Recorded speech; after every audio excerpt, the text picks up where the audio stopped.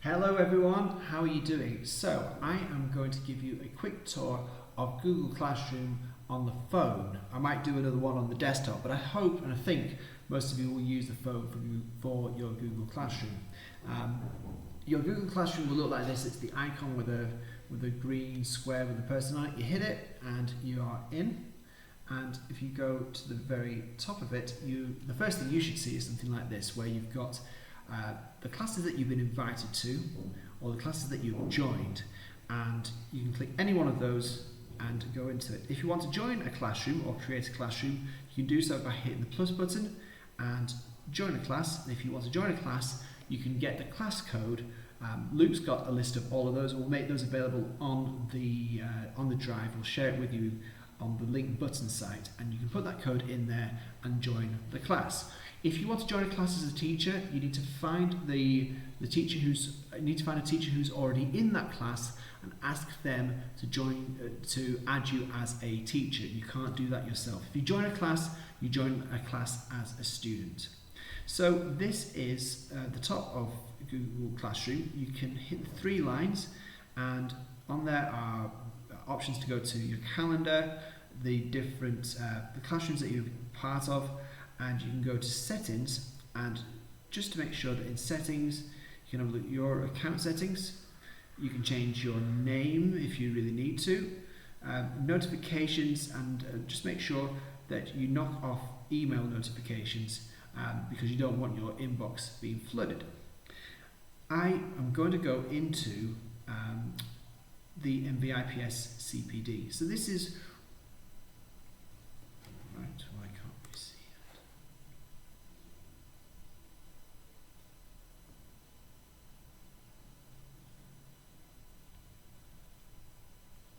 We'll try that again. Sorry about that. So we're in the NVIPS class. Now this is what you see on the top. You see the banner for the classroom at the very top, and then right underneath that, announce something to your class. It brings up this box, and you can tap this box and start to type a message. This is a message to my class. Okay? Now, really what's great about this, apart from the fact that you can write as long as you like, is that you can select which class you want to send a message to. You can decide to send it to all students, but if you click all students, it comes up with all of the students of the class. And if you don't want all students to get the message, you can unclick all students and just choose the people that you want to send it to. When you've worked out who you want to send it to, you can press done. Now you can also add an attachment. You can add an attachment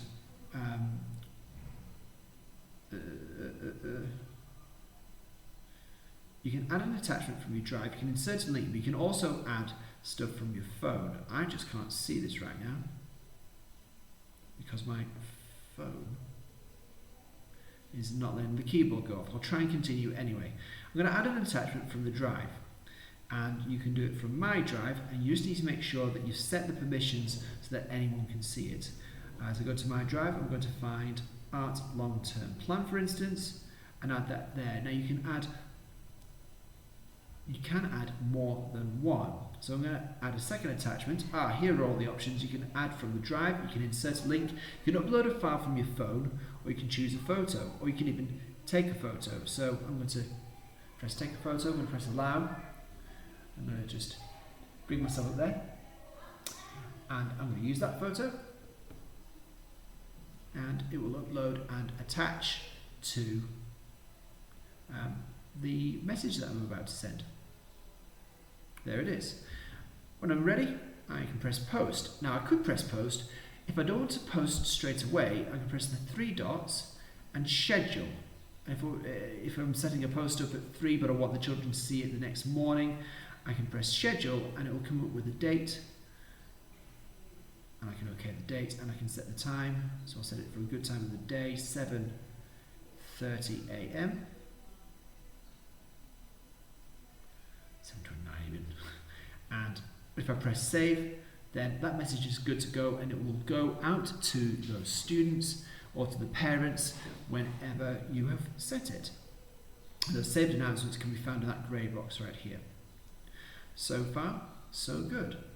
So that is the stream. So there's three buttons along the bottom. You've got stream here, and then you've got classwork. Now this is where I think when you think about supporting parents, this is where you're going to put all the information for parents. So when you're speaking to parents and you tell them that they need to go to classwork, it's not where there's going to be classwork, it's where there is information. So I suggest you can set up a topic for letters. Now to do that, you can press the plus button down the bottom and create a topic. You can name that topic letters, press add, and you've got at the top your new topic. And from there, you can put all the letters to parents in there. And by setting up, if you set this up well, you can put all the information that parents could possibly want on there. You might include the uniform list, you might include the stationery list, you might include the timetable and the dates for the calendar. All of these things, everything that a parent could possibly want should be in this classwork tab.